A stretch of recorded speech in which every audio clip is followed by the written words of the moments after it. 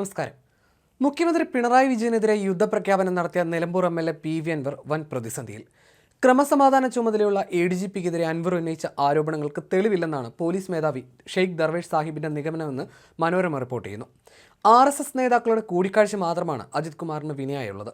ഈ സാഹചര്യത്തിൽ അൻവർ ഉയർത്തിയ ആരോപണങ്ങളെല്ലാം തിരിഞ്ഞുകൊത്തും. മുഖ്യമന്ത്രിയുടെ പൊളിറ്റിക്കൽ സെക്രട്ടറി P ശശിയുടെ മാനനഷ്ട കേസും പ്രതിസന്ധിയായി മാറും. ഇതിനൊപ്പമാണ് രാഷ്ട്രീയ ഒറ്റപ്പെടലും.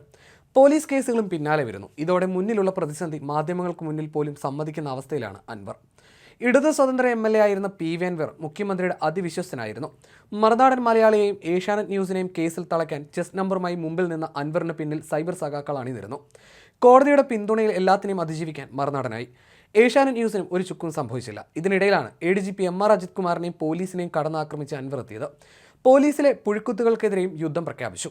പിന്നീട് അത് മുഖ്യമന്ത്രിയുടെ പൊളിറ്റിക്കൽ സെക്രട്ടറി P ശശിക്കെതിരെയായി. ഇതോടെ മുഖ്യമന്ത്രി തള്ളി പറഞ്ഞു. പ്രകോപിതനായ അൻവർ എല്ലാ സീമകളും ലംഘിച്ച് വിമർശനവുമായി എത്തി. പിണറായി വിരുദ്ധ വികാരം മുതലെടുത്ത് പലവിധ കഥകളുമായി അൻവർ കത്തിക്കയറി. ഇതോടെ പല പ്രതീക്ഷകളും വന്നു. അതെല്ലാം കാലക്രമത്തിൽ തകരുകയാണ്.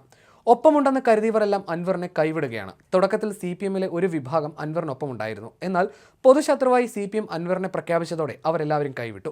പുതിയ തെളിവുകളൊന്നും പുറത്തുവിടാൻ കഴിയാത്തതോടെ ആവേശത്തോട് തടിച്ചുകൂടിയ ജനക്കൂട്ടവും കൈവിട്ടു. കൂടെ കൂട്ടാതെ ഒളിച്ചു കളിച്ച് കോൺഗ്രസും പ്രതിസന്ധിയിലാക്കി. നാട് നീളെ കേസെടുത്ത് പോലീസും അൻവറിനെ പൂട്ടാനെത്തുകയാണ്. സൈബർ സഖാക്കളും പിന്തുണയ്ക്കുന്നില്ല. ചെറു സമ്മേളനങ്ങളെല്ലാം റദ്ദാക്കി മഞ്ചേരിയിലേക്ക് ശ്രദ്ധ കൊടുത്തിട്ടും അൻവർ പ്രതിസന്ധിയിലാണ്.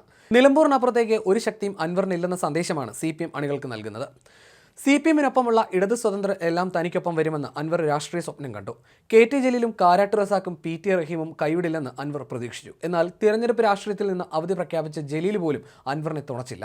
പിണറായിക്കൊപ്പമാണെന്ന് താനെന്ന് ജലീൽ തുറന്നടിച്ചു.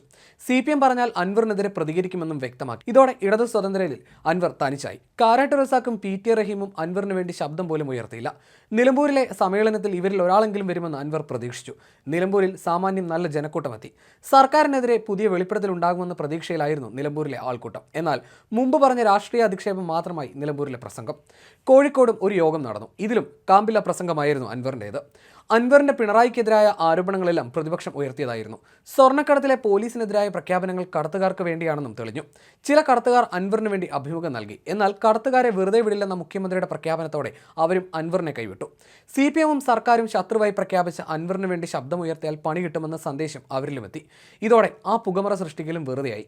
വ്യാജ ആരോപണങ്ങളുമായി കോടതിയിൽ പോയാൽ അടികിട്ടുമെന്ന ഭയം കാരണം നിയമ പോരാട്ടം അൻവറിന് കഴിയാത്ത അവസ്ഥയിലാണ്. ഇതിനിടയിലാണ് ഫോൺ ചോർത്തലിലടക്കം കേസ് വരുന്നത്. ഒരു പോലീസുകാരൻ്റെ ഫോൺ സംഭാഷണം അൻവർ പുറത്തുവിട്ടിരുന്നു. ഇത് വ്യാജമാണെന്നാണ് സൂചന. ഇതിലെ അന്വേഷണം കുരുക്കാകും.